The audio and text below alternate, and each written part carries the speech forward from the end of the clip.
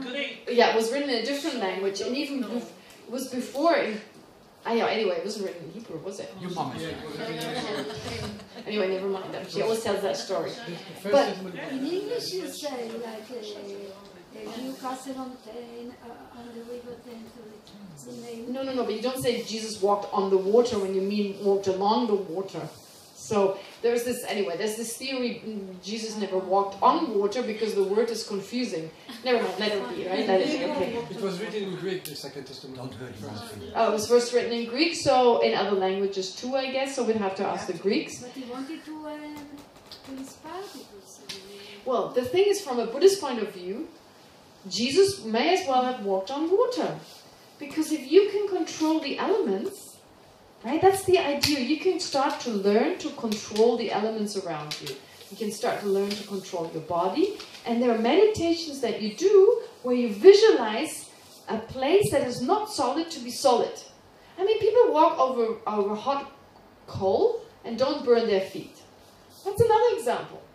Have you ever seen this? In India, lots of people, they walk over these hot coals and then they walk for like a distance from here to here. And I'm not talking about speed walking where you hardly ever touch the coals. I'm talking about slowly walking over. I mean, you see it in India. It's through meditation. Or you're poking yourself with things. It's like, it's the power of the mind. I guess They lie on nails and they walk on nails. Yeah, they walk on nails and do all these. So that's said to be through the power of concentration. You can control your body such that there's no injury. So if that's true, other things could be possible. Anyway, it's just the power of the mind. All right, let's complete this on a positive note, the power of the mind. And dedicate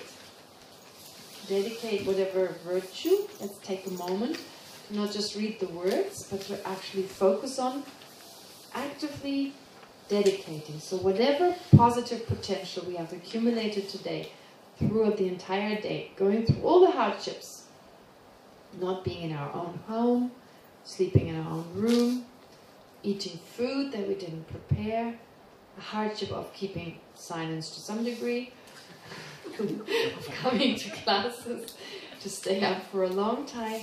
So all the effort we made in our Dharma practice today, may that positive potential become the cause for us that also in future lifetimes we'll encounter a spiritual path which enables us to continue to enhance our mind, transform our mind, so we find more happiness and more peace of mind.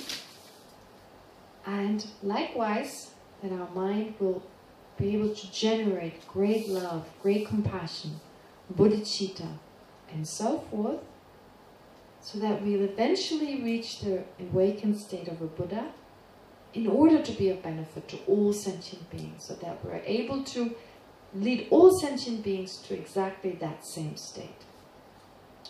So with this dedication, with this deep aspiration, let's recite the dedication prayers. בזכות חסד זה, להוסיף במהרה את מצב הבודה, ולהוביל למצב זה את כל הנוזקים עד אחר. תודעת ההערה העילאית לקראת הערך, שטרם נודע תיוולד, וזו שנודע לא תתלבן, תזכה עוד. בארץ זו המוקפת רכסי הערים ושלגים, מקור הרווחה והעושר ללא יוצא מן הכלל, אבל לא תשבר הרע בעוצמה, תעזן יעצו, לא תוותר עד קץ הקיום.